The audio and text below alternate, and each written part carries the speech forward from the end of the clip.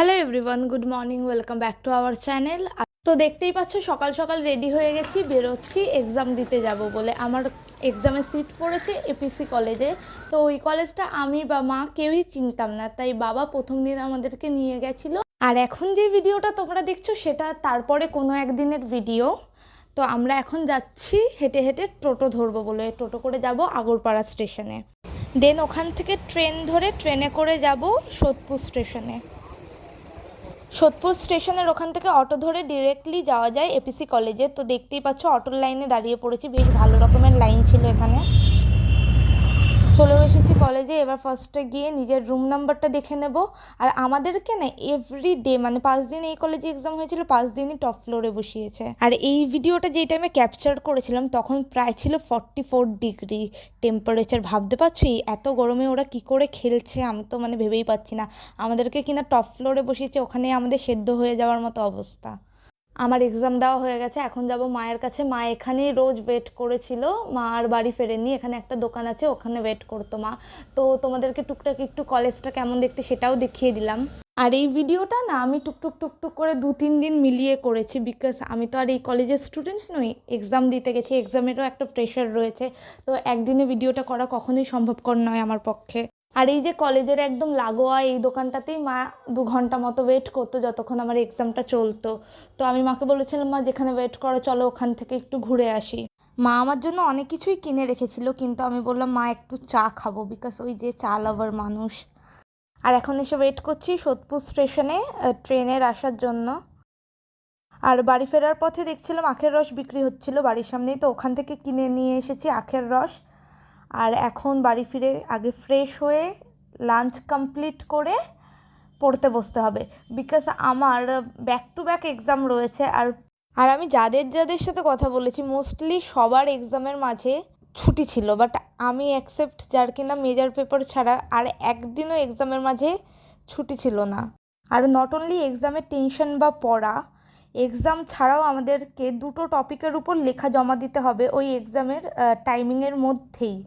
সেটা আমাদের কলেজে আমাদেরকে লেখাগুলো জমা দিতে হবে, তো ওইগুলো কমপ্লিট করতে হয়েছিল। এগুলো কিন্তু কোনো প্রজেক্ট ওয়ার্ক নয়। যাদের মেজর সাবজেক্ট রয়েছে প্রায় সবাইকে এগুলো করে সাবমিট করতে হয়। তো এইগুলো করতে করতেই প্রায় ভোর 4টে 4:30 মতো বেজে গেছিলো। এবার তোমরা ভাবতেই পারো ভিডিওটা তো এখানেই এন্ড করে দিলে হতো, বাট না, এখানে আমি ভিডিওটা এন্ড করিনি, কারণ আমার এপিসি কলেজে লাস্ট যেদিন এক্সাম ছিল সেই দিন আমাকে নিতে গেছিলো ফুলমি আর মনোমামা। আমার আরও 2টো এক্সাম বাকি রয়েছে, সেই 2টো এক্সাম হবে আমাদের হোম সেন্টার মানে ভৈরব গাঙ্গুলি কলেজে। তো আমাদের প্ল্যান করাই ছিল যেই দিন আমার এপিসি কলেজে লাস্ট এক্সাম থাকবে সেই দিন আমরা 3জন মিলে যাব উজ্জ্বলদার দোকানে। তো এই উজ্জ্বলদার দোকান তো বেশ ফেমাস, ইউটিউবে কম বেশি সবাই জানো। তো এখানে কুপন কাউন্টার রয়েছে, এখানে কুপন কাউন্টার থেকে মনোমামা যেই আইটেমগুলো অর্ডার করা হবে তার নামে নামে কুপন কেটে নিচ্ছে। আর এই লাস্টের এক্সামের দিন মা কলেজে আমাকে নিয়ে আসেনি, বাবা ছেড়ে দিয়ে গেছিলো আমাকে কলেজে, কারণ আগে থেকে তো প্ল্যান করাই ছিল ওরা দুজন আমাকে নিতে আসবে।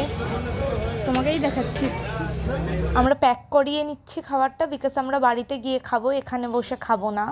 ভাইও রয়েছে দিদিন বাড়িতে, তো ওখানে আমরা 4জন মিলে একসঙ্গে বসে খাওয়া দাওয়া করব। আমরা সবাই কম বেশি ভীষণ রকমের বিরিয়ানি লাভার, বাট আমাদের মধ্যে সবথেকে বেশি যদি বলি বিরিয়ানি পছন্দ করে সেটা হচ্ছে মনোমামা, বিকজ মাসে 3 থেকে 4 বার তো মনোমামা বিরিয়ানি খেয়েই ফেলে। আমরা অনেক জায়গার বিরিয়ানি ট্রাই করলেও আমি ফুলমি আমরা কেউই কখনোই এই উজ্জ্বলদার দোকানে বিরিয়ানি আগে খাইনি, এক্সেপ্ট মনোমামা।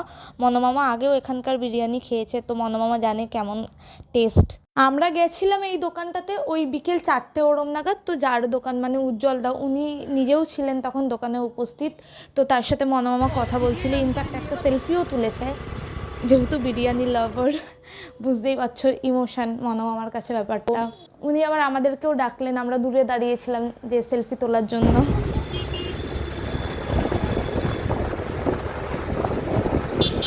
গরমের কথা নতুন করে কি বলবো, তোমরা সবাই জানো কি প্রচণ্ড চড়া রোদ উঠেছে। এই গরমে এতটা এক্সস্টেড লাগছিল যে আমরা একটু জল আর কোল্ড ড্রিঙ্ক কেনার জন্য এই দোকানটাতে দাঁড়িয়েছিলাম। আর এই দোকানটার পাশেই রয়েছে নন্দননগর হাই স্কুল, এখানে ফুলমি রাঙামি ওদের কিন্তু বোর্ড এক্সামের সিট পড়েছিল। হিউজ কোয়ান্টিটি, ছবি তুলতে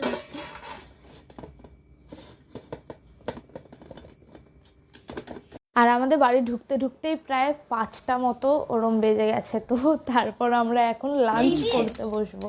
কুলমি আমাদের 4 জনের জন্য খাবারটা বেড়েও দিয়েছে। আমাদের তো খাওয়া দাওয়াও হয়ে গেছে, বিকজ আমি ভয়েস ওভারে বলছি এখন, তো আমি এখন জানি কেমন রান্নাবান্নাগুলো ছিল।